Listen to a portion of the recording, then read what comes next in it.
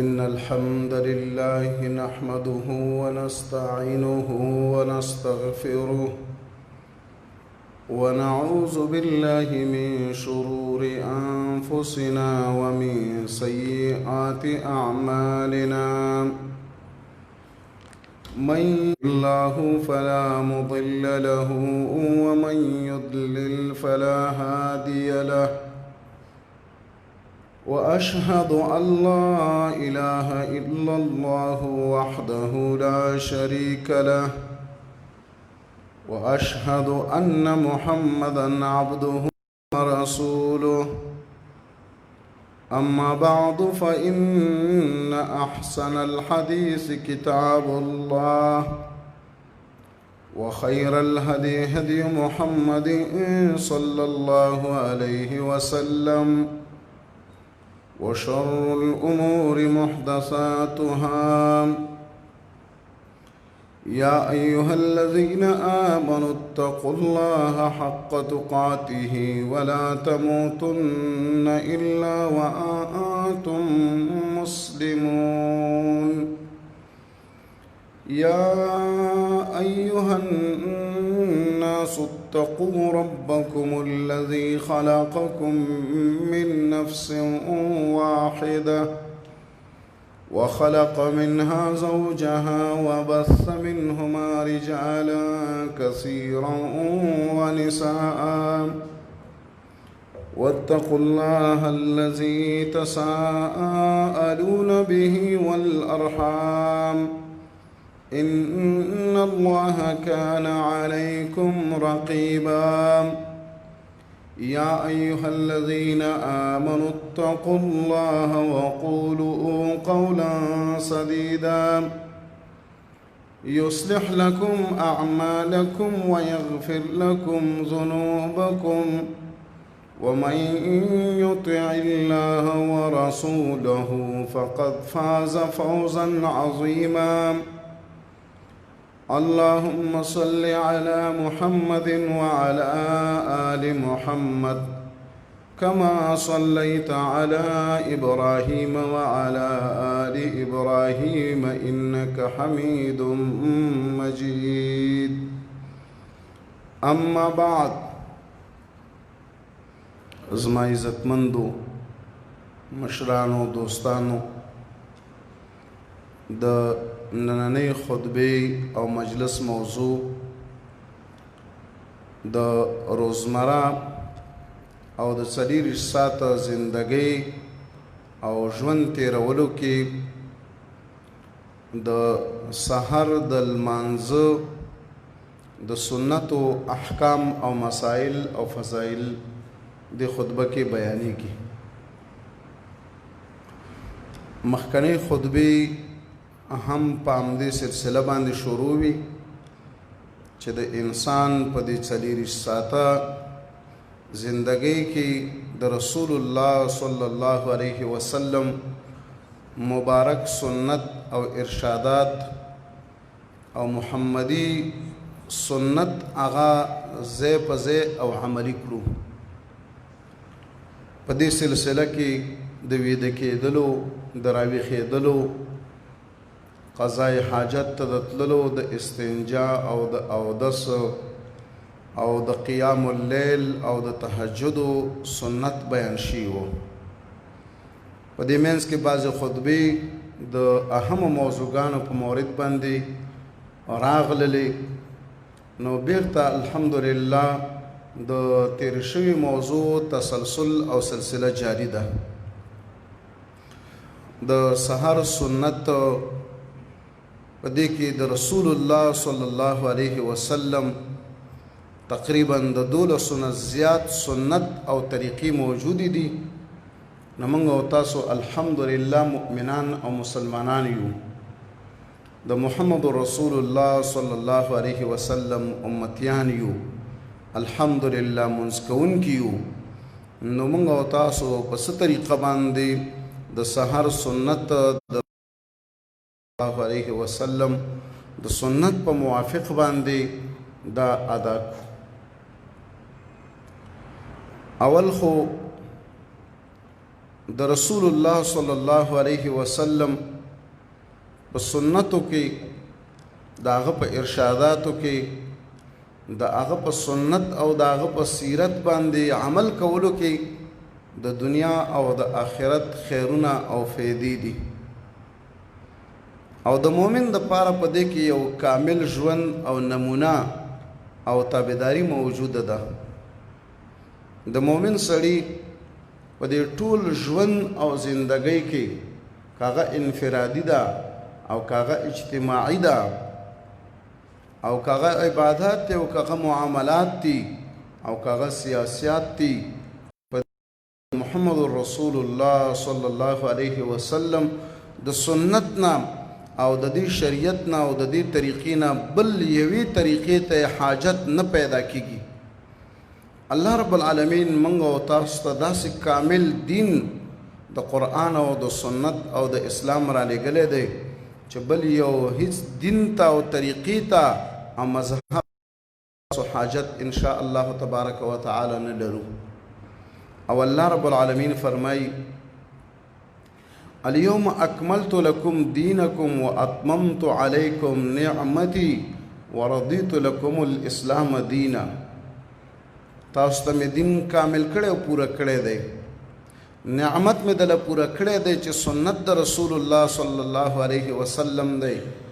او دا قرآن او سنت دواړه مجموعه دا اسلام الله رب العالمین موږ او تاسو دپاره غوره کړی دی ورضیت لکم الاسلام دینا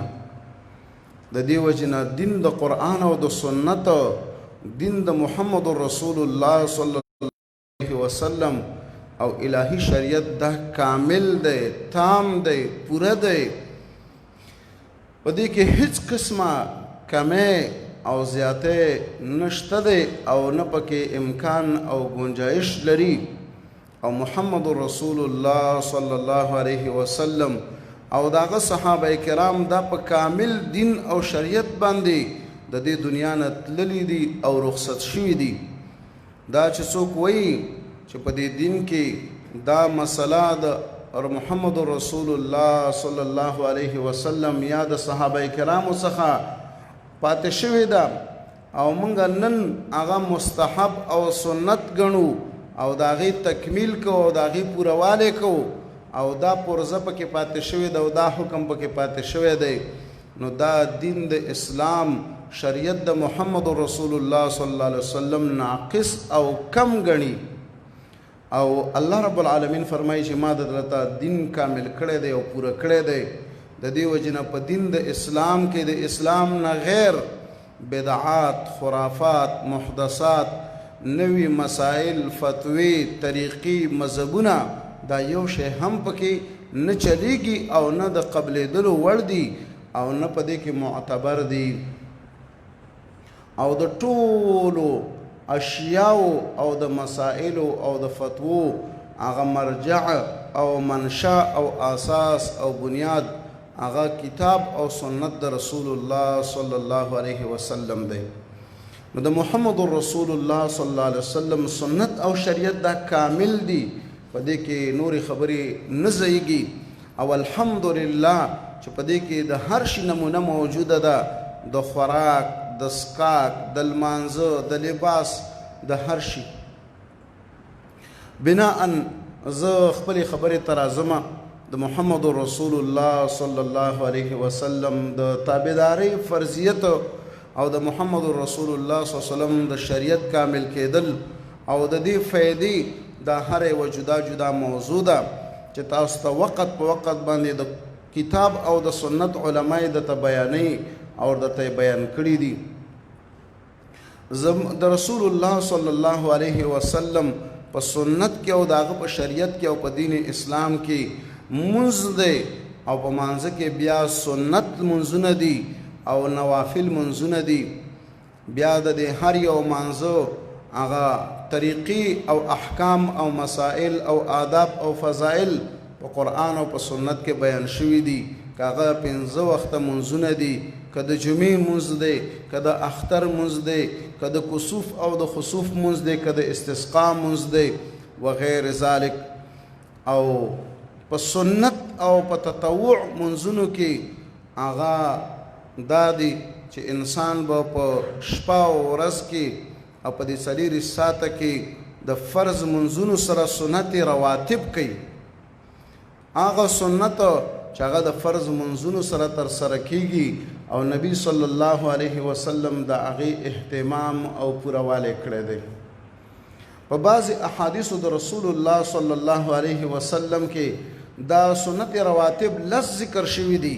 د اکثرو اهل علمو په نیز باندې او بعضو کې 12 ذکر شوي دي. صرف او صرف خبره په دې ځای کې ده چې د ماسپښین د مانځه نه مخکې د رسول الله صلی الله علیه وسلم نه 4 رکعاته سنت هم ثابت دي او 2 رکعاته سنت هم ثابت دي. نو که 4 رکعاته معتبر شي او انسان ادا کی نو 12 کیږي او که چیرته 2 کی نو بیا 10 ګرځيږي. د ام حبیبی رضی الله عنها څخه روایت ده په سننو کې چې رسول الله صلی الله علیه وسلم فرمایلی دي چې څوک په شواروز کې په 4 ساعته کې دا 12 رکعات سنت ادا کی نو الله رب العالمین دلا په جنت کې او بنگله جوړي او الله رب العالمین دا انسان جنت ته بوزي. چې 2 رکعاته د سحر سنت دي ان شاء الله دې باندې وروسته خبره کو او 4 رکعاته د ماسپښین د مانځه نه مخکې 2 رکعاته د ماسپښین د مانځه نه وروسته دي. نو شپږ دا او 2 رکعاته د سحر سنت نو دا 8 شول او 2 رکعاته د ماښام سنت د فرض مانځه نه وروسته دا 10 شول او 2 رکعاته سنت د ماسپښین د مانځه نه وروسته دا 12 شول.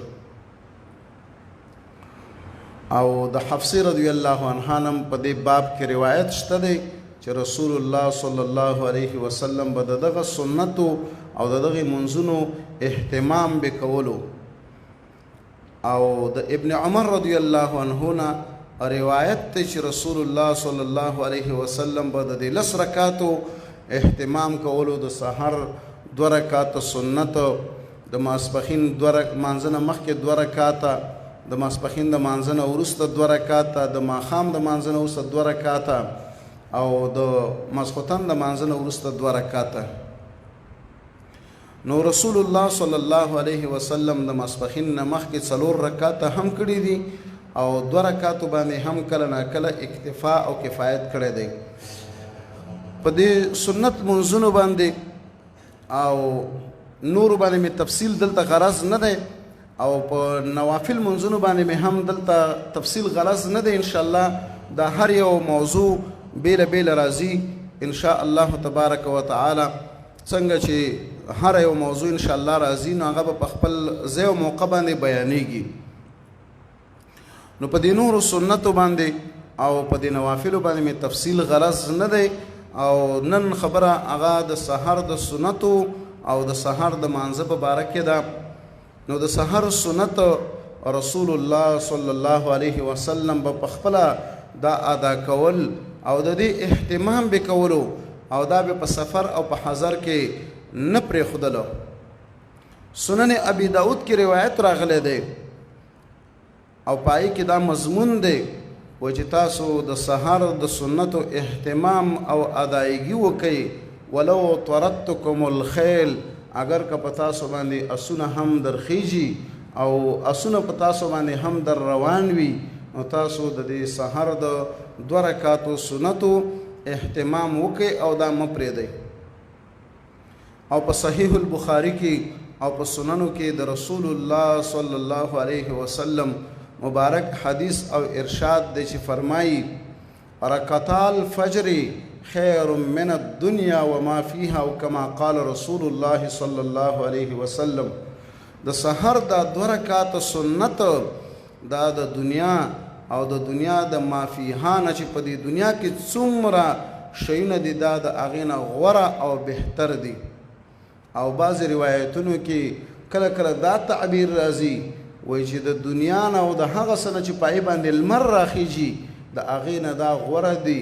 او دا بهتر دي. نو لمر خو په ټوله دنیا او د دنیا په دې ټولو اشیاو باندې راخیږي. الله صلی الله علیه وسلم فرمایي چې دا 2 رکعاته د سحر سنت او د سحر دا 2 رکعاته مونځ دا د دنیا او د دنیا د مافیهان او د دنیا د دې ټولو اشیاء څخه غوره دي. رسول الله صلی الله علیه وسلم مونږ ته او امت ته دا ارشاد او ښودنه راکوي چې دا 2 رکعاته مونځ اگر که دا 2 رکعاته دی خدا د دنیا او د دنیا د مافیهان غوره دی، ځکه چې دا دنیا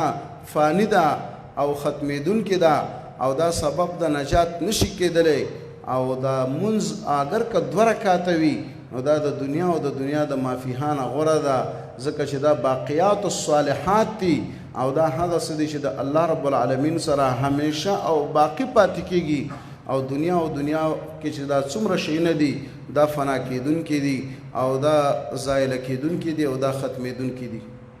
او الله رب العالمین فرمایي چې والباقیات الصالحات خیر عند ربک ثوابا وخیر املا. باقیات الصالحات نیک اعمال، منځونه، عبادتونه او طاعتونه او سنت، دا باقیات صالحات دی او دا ستا د رب العالمین سره دا غوره دی په اعتبار د ثواب سره، په اعتبار د بدلی سره، په اعتبار د اجر سره او په اعتبار د امید سره. د دې امید ډیر ښه دی. او قرآن کریم کې الله رب العالمین ذکر کوي نبی علیہ الصلوۃ والسلام ته هر مؤمن ته دا امر دی چې د الله رب العالمین تسبیح او حمد وایا د شپې و ادبار النجوم، او کله چې دا ستوري روان شي او کله چې دا ستوري رخصتیږي او دا ستوري پټیږي، معنی دا ده چې دا شپه کله رخصتیږي او سحر راخیږي نو ته په دې وخت کې د الله تسبیح او حمد وایا. اکثر مفسرینو لکه ابن کثیر، ابن جریر، قرطبی، تفسیر فتح البیان او نور مفسرینو احادیث او روایات په دې باب کې ذکر کړي دي چې قرآن کریم کې چې الله رب العالمین ذکر کوي و ادبار النجوم او ته د الله تسبیح او حمد او عبادت کوا کله چې دا ستوري شاکي او کله چې دا ستوري روانيږي او رخصتيږي، نو وی هغه د سحر سنت دی او د سحر لمونځ دی، ځکه دا هغه وخت دی چې شپه نوره ختمه شوې ده او سبا داخل شوی دی. نو په دې وخت کې د الله تسبیح او حمد دا دی چې ته په دې وخت کې 2 رکعاته سنت لمونځ کوې. او دا لمونځ ته ځکه تسبیح او حمد وایي چې په دې مانځه کې د الله تسبیح او حمد دا لوستل کېږي او دا لمونځ د الله رب العالمین تسبیح او حمد دی. د دې وجې نه قرآن کریم کې چې کله تسبیح او حمد راشي نو دا مانځه ته هم شاملېږي، ځکه چې دا لمونځ د الله تسبیح او حمد دی او په دې کې چې دی نو د الله تسبیح او حمد ځای په ځای باندې لوستل کېږي. سبحانک اللهم او الحمد لله او سبحانک اللهم ربنا وبحمدک اللهم اغفر لي او ورپسې نور جملو کې. د دې وجې نه اهل علم فرمایي چې دا د سحر 2 رکعاته سنت دا حکم د دې دا چې دا سنت مؤکده دي، دا هغه سنت دي چې په دې باندې ډیر تاکید او عزم او کلکواله راغلی دی. رسول الله صلی الله علیه وسلم کده دې خواته ترغیبات او فضائل ورکړي دي، خو لیکن عمل دا دی چې رسول الله صلی الله علیه وسلم دا نه په سفر کې پریخي دي او نه په حضر کې پریخي دي. حفصه رضی الله عنها فرمایي چې رسول الله صلی الله علیه وسلم دا 2 رکعاته منځي نه په سفر کې پریخدلو او نه په حضر کې پریخدلو، او دغه قصد نور صحابه کرامو نه هم په دې باب کې روایت نقل شوي دي. د دې وجه نه د سحر سنت هغه سنت دي چې رسول الله صلی الله علیه وسلم د فرض مانځه سره د دې قضایي راګرځولې ده، لکه په حدیث د ابو قتاده رضی الله عنه کې چې راځي، امام مسلم نقل کړی دی، صاحب د مشکات نقل کړی دی،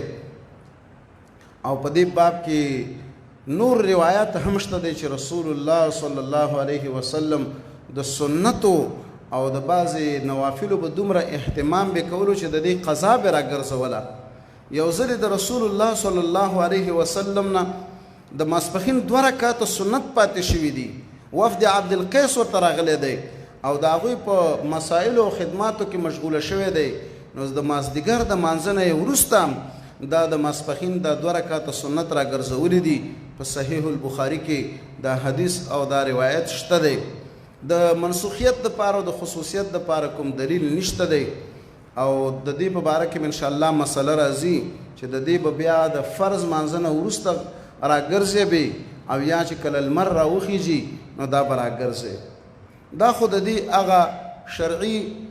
حیثیت او مقام هغه سنت او احکام او مسائل چې د سحر د سنتو سره تعلق لري ځکه موږ او تاسو الحمدلله مؤمنان یو 5 وخته مونځ کوو د 5 وخته مانځه کې د سحر مونځ دی او د سحر سنت دی نو چې کوشش وکړو په دغه سنت باندې ادا کو نو یو د هغې څخه دا ده چې رسول الله صلی الله علیه وسلم به څنګه چې د صبا او فجر صادق او صبح صادق به داخل شلو او مؤذن به اذان لوستلو نو رسول الله صلی الله علیه وسلم به سمدستی د سحر دا 2 رکعات سنت ادا کول د انس ابن مالک رضی الله عنه نه روایت دی هغه فرمایي چې رسول الله صلی الله علیه وسلم او زید ابن ثابت رضی الله عنه تسحر دواړو پیشنمه وکړلو نو څنګه چې د پیشنمي نه فارغه شولو نبی علیه الصلاة والسلام مانځه ته ودرېدلو او دواړو منځ وکړو نو دی فرمایي دا راوي فرمایي چې موږ انس رضی الله عنه ته وویلې چې د رسول الله صلی الله علیه وسلم او د زید ابن ثابت صاحب د پیشنمي نه د فارغېدلو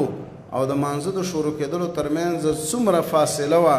څومره وقت و وکه قدر ما یقرأ الرجل 50 آیه لکه یو انسان چې 50 آیتونه لولي او عائشه رضی الله عنها فرمایي په صحیح بخاری کې روایت دی وی کله به چې مؤذن اذان وکړو نو وسبا رسول الله صلی الله علیه وسلم به راپورته شلو اگر که د وسبا په لغت کې معنی دا ده چې راټوپ به کړو معنی نغدو کې به راپورته شو د دې وجه نه کله چې اذان اوري نغدو کې راپورته کېږي او بیا فرمایي وی که چېرته به د حاجت نو اغتسل غسل به وکړلو والا توضأ وخرج او که داسې به نه و نو بیا به اودس وکړلو او راوبوتلو او د ابن عمر رضی الله عنه په روایت کې دا راځي چې رسول الله صلی الله علیه وسلم به چې کله به 2 رکعاته د سحر سنت ادا کوله ويصلي رکعتين قبل صلاة الغداة او 2 رکعاته سنت به ادا کول د سحر د مانځه نه مخکې وکأن الاذان باذنيه تا به وي چې دا اذان د په دې غوږونو کې اوس اورېدل کېږي نو څنګه به چې اذان تر سره شلو نو رسول الله صلی الله علیه وسلم به دا سنت دا به ادا کړو دویمه مسله دا ده چې د سحر سنت به ادا کېږي تخفیفا په لنډه طریقه باندې او په دې کې به اوږدوالی او ډیر قرأت به نه لولي بلکې دا به په لنډه طریقه باندې او په مختصره طریقه باندې به دا ادا کوي او دا به ترسره کوي د دې اوس دا معنی نه ده چې ته به سورت فاتحه نه لولي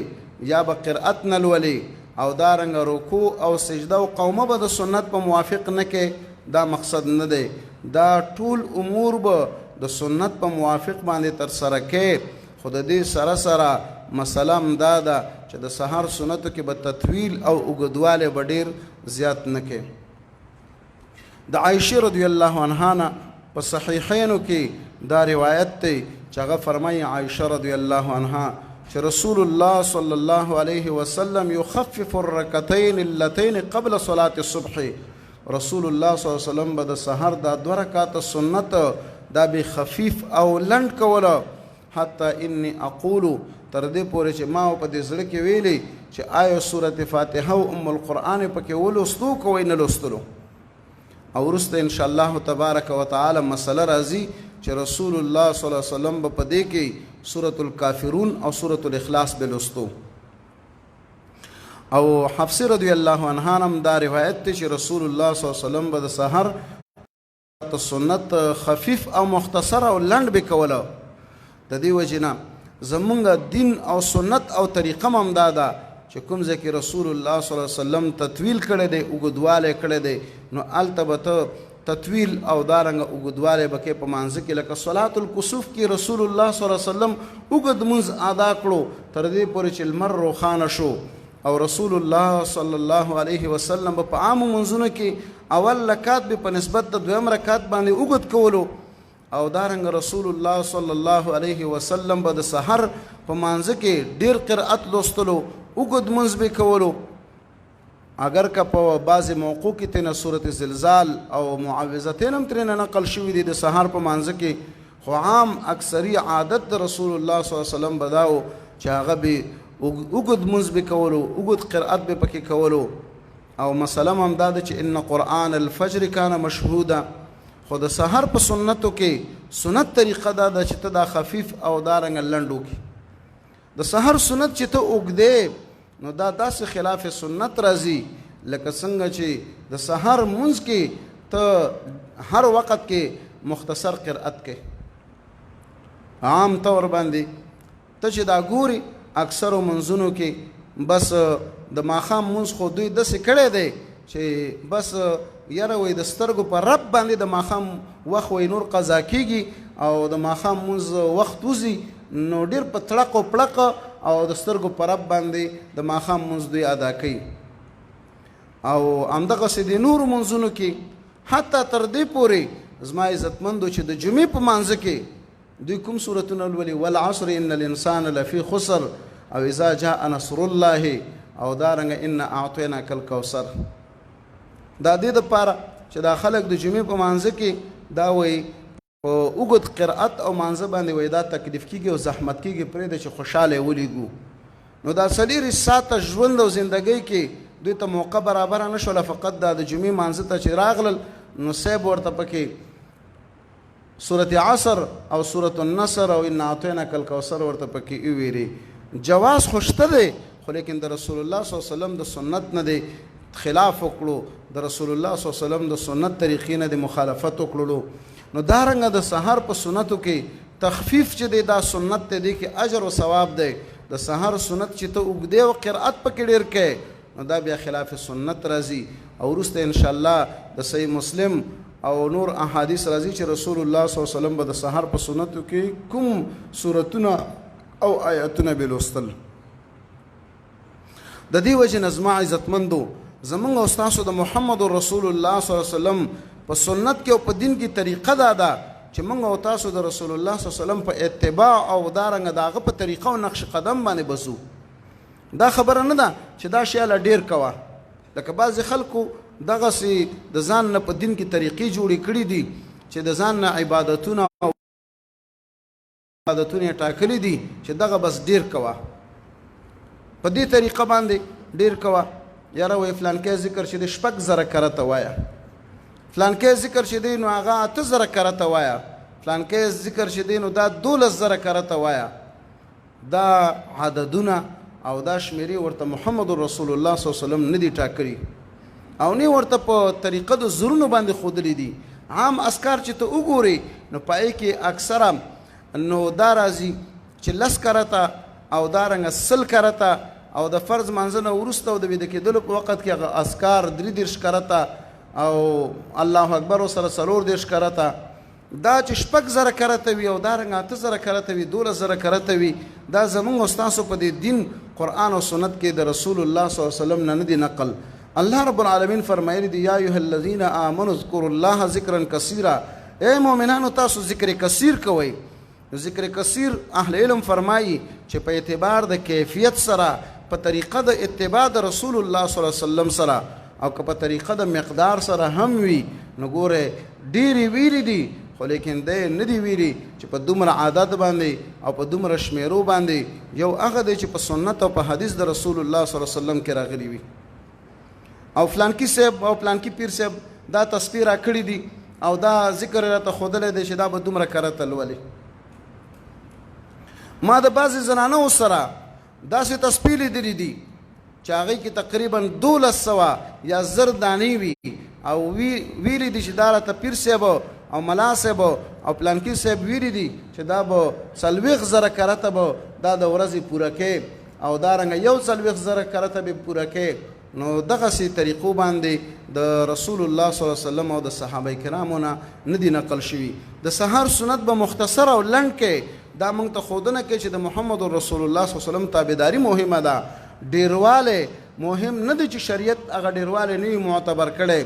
او ذکرن کثیرن په اعتبار د کیفیت سره او ذکر کثیر په اعتبار د کمیت سره، خو لیکن د ځان نه به ورته وختونه نه ټاکي، د ځان نه به ولا طریقې نه جوړي، د ځان نه به ولا عادتونه نه جوړي. دا ذکر به چې دی نو په پلانکي وخت کې به کې، دا به چې دی دومره شمیرو باندې به کې، او دا به په پلانکي وخت کې وایي. د الله رب العالمین اسماء الحسناو کې هم دوی د ځان نه وختونه ټاکلي دي. یا لطیف به 14,000 کرته وایي او په پلانکي وخت کې به وایي، یا رزاق به چې دی په دې وخت کې وایي، په دومره شمیرو باندې به وایي. نو د الله رب العالمین اسماء الحسنا سره به ذکر کې دعا به غواړي، خو د ځان نه به ولا وختونه او د ځان نه به ولا شمیرې او د ځان نه به ولا حلقې او طریقې او دارنګ عاملونه به ولا د ځان نه ولا نه جوړی چې غاړه کې دی لوی عامل اچولی وي او وایي 40,000 کرته پوره کومه او 10,000 کرته پوره کومه.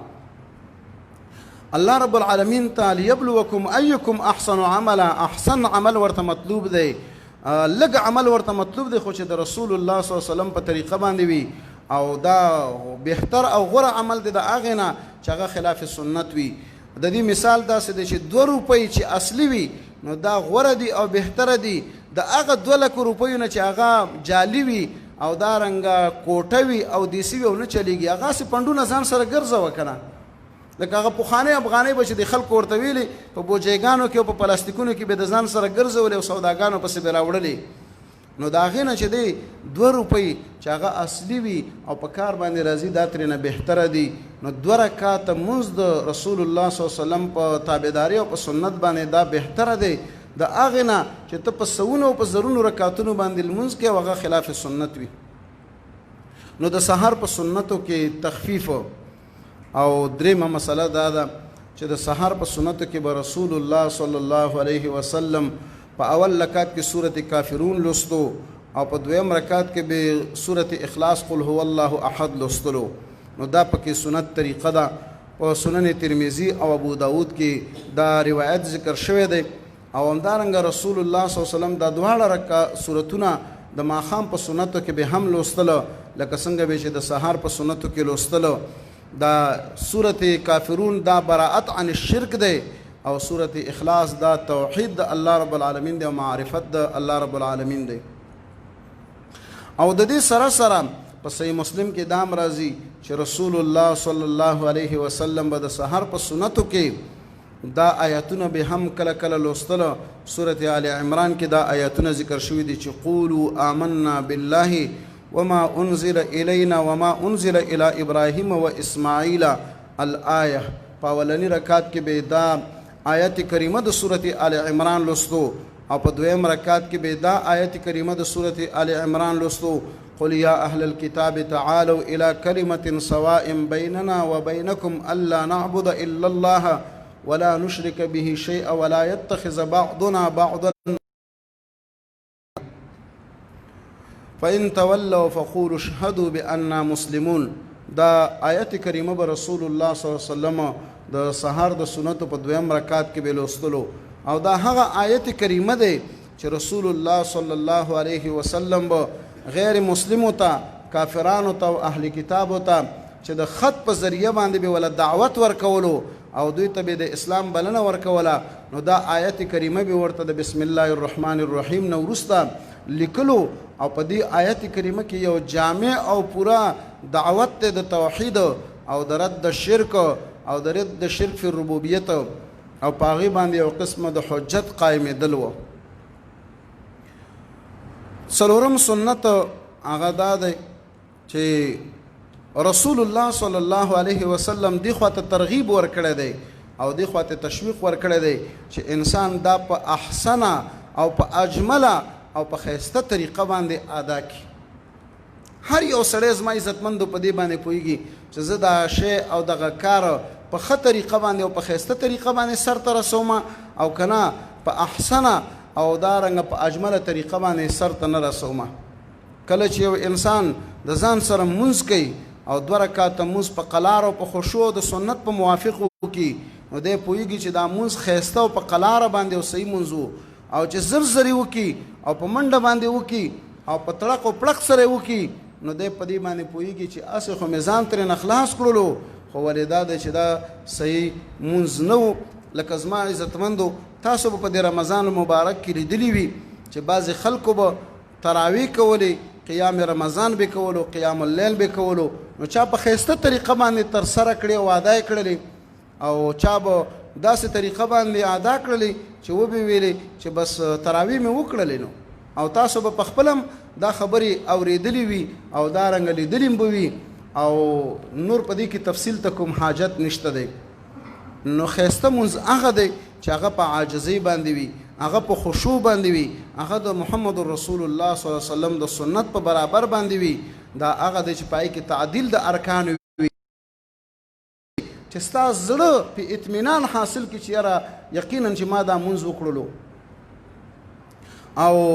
غیر احسن او غیر اجمل مونځ هغه دی چې ستا زړه او د ایمان فیصله ور باندې نه راځي او په خپل هم وایي چې یاره ما په دې کې تادی وکړه او توجه او خشوع مې پکې برابره نه وه. د بلال رضی الله عنه نه روایت دی، د راغلو د رسول الله صلی الله علیه وسلم خواته لیؤذنه بالصلاة چې دله خبرداری ورکړي د مانځه، ځکه چې دی مؤذن چې رسول الله صلی الله علیه وسلم د سهار مانځه ته را دعوت کړي. نو نبی علیه الصلاة والسلام لږ وروستوالی وکړلو. نو بلال رضی الله عنه ورته ویلي چې انک اصبحت جدا، تا خو لږ سباوالی راوستله، اصبحت جدا سباوالی دې لږ ډېر راوستلو، لږ وروستوالی دې راوستلو نن ورځ. نو رسول الله صلی الله علیه وسلم ورته وفرمایل چې لو اصبحت اکثر مما اصبحت لرکعتهما واحسنتهما واجملتهما. یاره وایي که ما چېرته پوره سباوالی او پوره رڼا مې راوستې وې نو بیا به ما دا د سحر 2 رکعاته سنت به مې ډېر زیات ښایسته او اجمل او په ښایست سره به ما ادا کړي او ترسره کړي وې. خو لیکن موقع داسې برابره نه شوله چې دا ما په احسنه او دارنګه په اجمله طریقه باندې مې ادا کړي وې لکه په کومه طریقه باندې چې ما غوښتل. لو ذکر شوی دی په دې حدیث کې چې دلالت په انتفاع باندې کوي. نو رسول الله صلی الله علیه وسلم خو منځ به په احسن او په اجمله طریقه باندې کولو، خو لیکن په دې حدیث کې رسول الله صلی الله علیه وسلم دا ارمان کوي وی که چېرته په ما باندې سبا او رڼا نه راتللی نو ما به په دې کې نورم زیات احسان او دارنګه جمال او ښایست راوستی وی.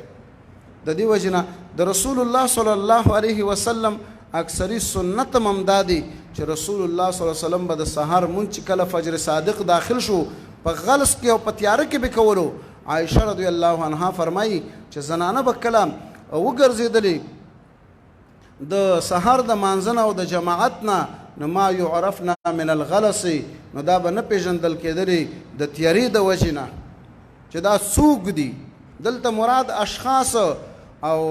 زوات نه دي مراد چې ته ودرېږه دا نه پېژندل کېدله چې دا زینب ده او که دا فاطمه ده او که دا عایشه ده او که دا حفصه ده. دا خو بیا په رڼا ورځ کې هم نه پېژندل کېږي. نو بعضې خلکو د دې حدیث نه دا مطلب او توجیه اخیستې ده، یاره وایي نبي علیه صلات وسلام د سهار مونځ په رڼا کې کولو او د دې مقصد دا ده چې فاطمه او زینب او حفصه او عایشه نه پېژندل کېدله. نو دا خو په رڼا ورځ کې هم نه پېژندل کېږي. او هغه په خپله فرمایي چې ما یعرفنا من الغلس، دا د تیارې د وجې نه نه پېژندل کېدلې چې رسول الله صلی الله علیه وسلم به د سهار ادا کړو او راو به ګرځېدلو او زنانه به روانې شولې نو د تیارې د وجې نه به دا نه پېژندل کېدلې. دا مقصد نه دی چې رسول الله صلی الله علیه وسلم به د سهار مونځ داسې په رڼا کې کولو چې زینب او فاطمه او عایشه او حفصه د یو بل نه پېژندل کېدلې. دا خو په غرمه کې هم نه پېژندل کېږي او نه په مازدیګر کې پېژندل کېږي. دا چې د خلکو دا خبره شور پیدا کړې ده او دا مسله جوړه کړې ده چې د سهار مونځ په رڼا کې کوئ. ښه په څومره رڼا کې کوئ د دې اندازه هم نه ده معلوموئ. د سهار مونځ په رڼا کې کوئ، څومره رڼا کې کوئ؟ نو بعضې وایي د رڼا اندازه دا ده چې وړوکی تور میږی دا په توره تیږه باندې تا ته ښکاره کېږي. نو زه درته د الله په ذات باندې قسم کوم چې ښې زربیني چشمې ورپسې واچئ نو بیا به تا ته تور میږی په توره تیږه باندې د غرمې په وخت کې لبې له ښکاره شي، هم چې هغه چشمې ورپسې ورولګې چې هغه ذرات ګوري. نور نو وړوکی تور میږی په توره تیږه باندې دا 10 بجو کې هم چاته نه ښکاره کېږي. نو د رسول الله صلی الله علیه وسلم طریقه به دغه وه چې هغه به دا مونځ په غلس کې او دارنګه په تیاره کې به کولو. دې وجې نه د الله نبي ورته فرمایي وایي که چېرته په ما باندې ډېر سبا او رڼا نه راتللی نو ما په دې کې نورم احسان او دارنګه جمال او ښایست په دې کې پیدا کړی وی. پنځمه خبره دا ده چې انسان لپاره مستحبه دا ده چې دا دعا ولولي 3 کرته د سحر د سنتو نه وروسته، او چې دا حاکم د مستدرک هم دا دعا ذکر کړې ده او شیخ البانی رحمه الله په صحیحه کې 1544 شمیره باندې ذکر کړې ده او سند حسن دی. او رسول الله صلی الله علیه وسلم به د سحر د سنتو نه وروسته دا دعا ذکر کوله: اللهم رب جبرائيل وإسرافيل وميكائيل ومحمد النبي صلى الله عليه وسلم أعوذ بك من النار. اللهم رب جبرائيل وميكائيل وإسرافيل ومحمد النبي صلى الله عليه وسلم أعوذ بك من النار. اے رب د جبرائيل، اے رب د اسرافیل، اے رب د میکائیل، اے رب د محمد صلی الله علیه وسلم چې د الله نبی دی، زه پتا سره پناه غواړم د اور د جهنم نه. نو 3 کرته به دا دعا لولي او دا ډیره زیاته آسانه هم ده. او د احادیثونه دا هم ثابتېږي چې رسول الله صلی الله علیه وسلم به چې کله د سحر سنت وکړله او مسجد ته به روان شلو نو بیا به دا دعا ویلې: اللهم اجعل في قلبي نورا وفي بصري نورا وفي سمعي نورا وعن يميني نورا وعن يساري نورا وفوقي نورا وتحتي نورا وأمامي نورا وخلفي نورا واجعل لي نورا وفي عصبي نورا ولحمي نورا ودمي نورا وشعري نورا وبشري نورا. اللهم اعظم لي نورا وأعطني نورا واجعلني نورا وزدني نورا وهب لي نورا على نور.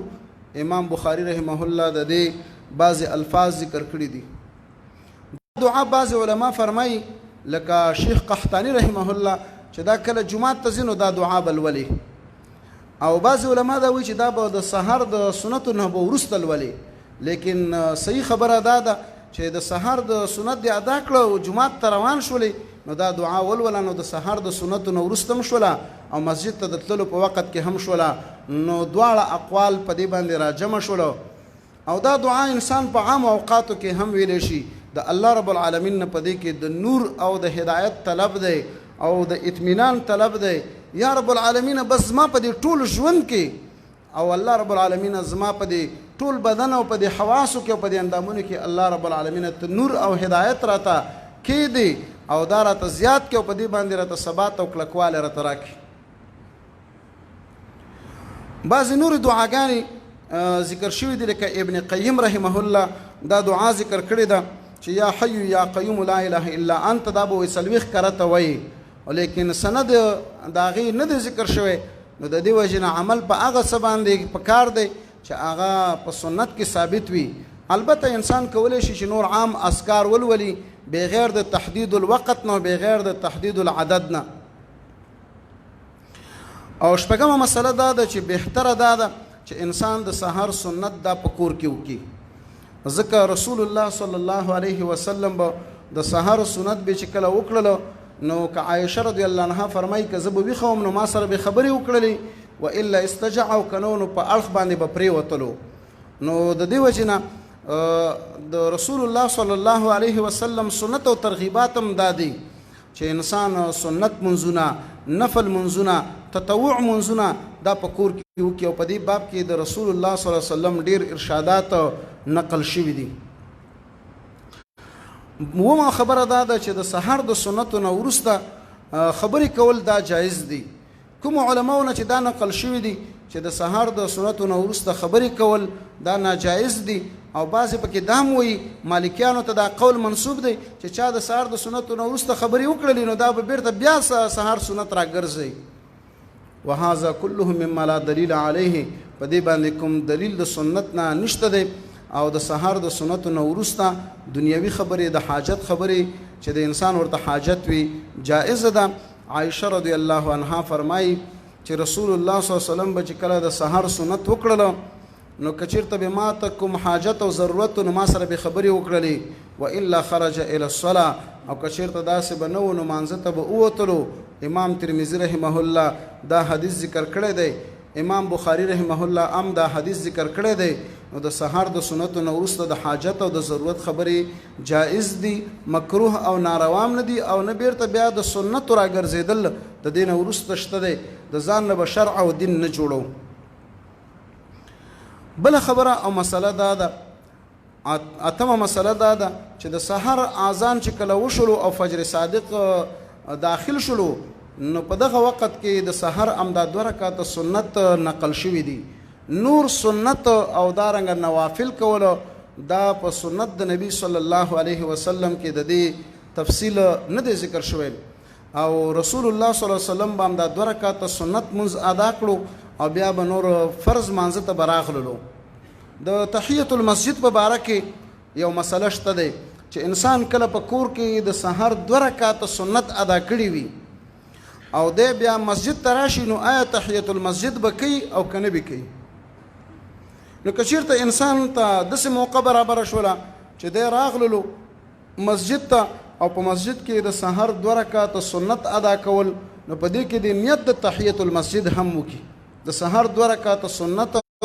او د تحیت المسجد د دواړو نیت دی پکې وکړي نو دا به دواړه ادا شي. او که چېرته یو انسان په کور کې سنت ادا کړي وي او دا افضل او بهتر او غوره ده نو او بیا مسجد ته راغلو نو تحیت المسجد به کوي او که نه به کوي؟ نو بعضې اهل علم وایي چې تحیت المسجد به نه کوي ځکه نبی علیه الصلاة والسلام د سحر دا 2 رکعات سنت کړي دي او نور تطوعات او نوافل نه دي کړي.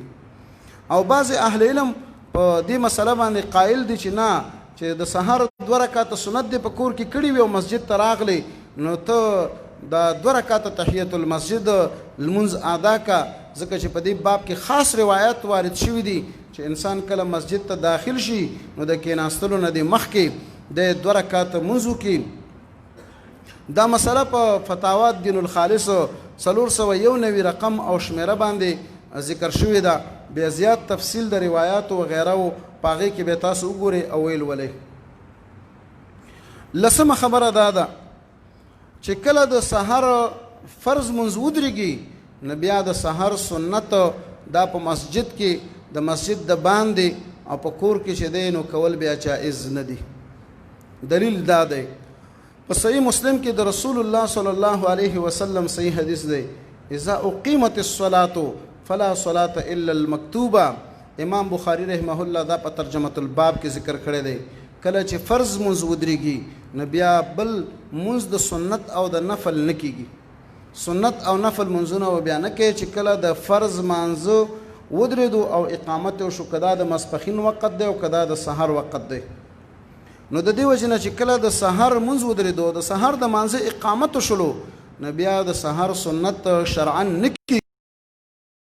کېږي، نه د مسجد نه د باندې کېږي او نه په کور کې کېږي. دلته بعضې علماو داسې یو قسمه تفصیلات او خبرې لیکلي دي نو الله رب العالمین د هغوی له اجر ورکړي. هغوی داسې لږ اخلاص کړی دی چې دا د سحر په دې سنتو کې ډېر زیات تاکید راغلی دی او د دې پرېښودل نه کېږي. موږ هم وایو چې د سحر په سنتو کې ډېر تاکید راغلی دی. رسول الله صلی الله علیه وسلم په سفر او حضر کې نه دی پرېښي ولو طردتکم الخیل پکې راغلی دی او د دنیا او د مافیهانه غوره دي. نو موږ هم وایو چې د سحر د سنتو پرېښودل نشته دی، نه یې پرېږدو. نو بل طرف ته دا خبره ده چې یاره وایي د سحر د مانځه نه وروسته او د مازدیګر د مانځه نه وروسته سنت او نفل نه کېږي. نو دا خبره اطلاق او علی العموم نه ده. بعضې منځونه د سحر د مانځه نه وروسته او د مازدیګر د مانځه نه وروسته کېږي. د رسول الله صلی الله علیه وسلم په سنت او د دې سنتو په دې ذخیره کې بعضې روایات داسې شته دی. عام نوافل بلا اسبابه مه کوه خو لیکن بعضې منځونه کېږي قضا شوی منځ د سحر د مانځه نه وروسته او د مازدیګر د مانځه نه وروسته ته راګرځولی شي. رسول الله صلی الله علیه وسلم د ماسپښین هغه 2 رکعاته سنت د مازدیګر په وخت کې د هغې قضا راګرځوي. البخاري کې روایت دی د عایشې رضی الله عنها نه چې رسول الله صلی الله علیه وسلم د مازدیګر د مانځه نه وروسته زما کوټې ته او زما کور ته نه دی راغلی الا صلى رکعتین مگر 2 رکعات منځ کړی دی. نو د دې وجه نه عائشه رضی الله عنها فرمای چې د مازدیګر د مانځنه وروسته نوافل دا په مسجد کې مه کوئ، خو ولې دا دی چې رسول الله صلی الله علیه وسلم چې زما کوټې ته او زما کور ته راغلی دی نو 2 رکعاته مونځ کړی دی. دا مسله انشاءالله بیا په خپل ځای کې په راتلونکي دا په هغې ځای کې انشاءالله بیا د دې مسلې نور تفصیل بیانو. نو رسول الله صلی الله علیه وسلم خو د مازدیګر د مانځنه وروسته د عایشه رضی الله عنها په کوټه کې 2 رکعاته نفل مونځ به کول او هغه فرمای وای چې هیڅ کلم نه دی راغلی الا صلی رکعتین مگر 2 رکعاته مونځ کړی دی، په طریقه د حصر سره ذکر کړی دی. دارنګه په سید ابن خزیمه کې په متصل سندونو سره دا روایتونه شته دي چې صحابي نه د سحر 2 رکعاته سنت پاتې شي و نبی د سحر د مانځنه وروسته هغه راوګرځول او رسول الله صلی الله علیه وسلم په تقریر او سکوت کړی دی. که امام ترمذی وایي چې په سند کې انقطاع ده لیکن په سید ابن خزیمه کې دا په متصل سندونو باندې موجود دي. نو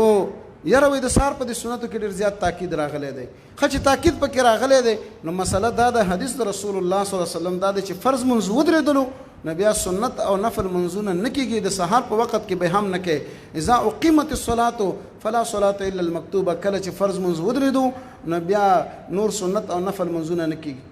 او د الله او د رسول د حکم استجابت دا فرض او لازم د سورۃ انفال کې الله هم دا فرمایي. د ابو سعید بن المعلا رضی الله عنه حدیث په دې باندې دلالت کوي.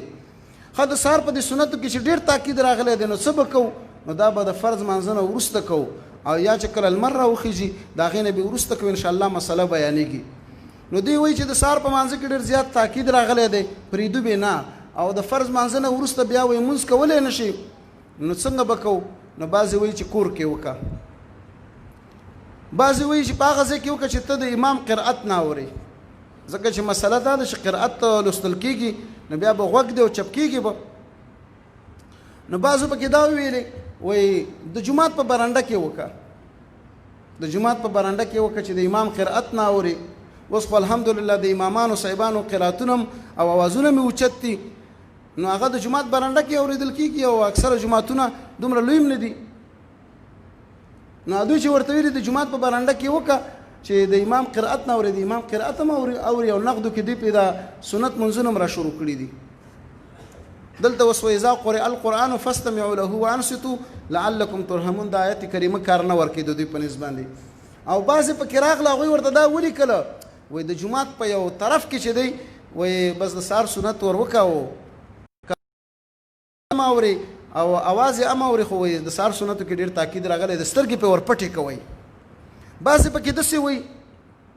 که چېرته د اخرنۍ رکعت او یا اخرنۍ مونځ د امام سره رانیولو نو وکړه دا 2 رکعته سنت، او که چېرته دې نشو موندلی نو بیا یې مه کوه. ښه دا فرقونه الله او رسول الله صلی الله علیه وسلم خو نه دي ذکر کړي. بعضو ورته یو بله طریقه او حیله لیکلې ده، د کتاب نوم نه اخلمه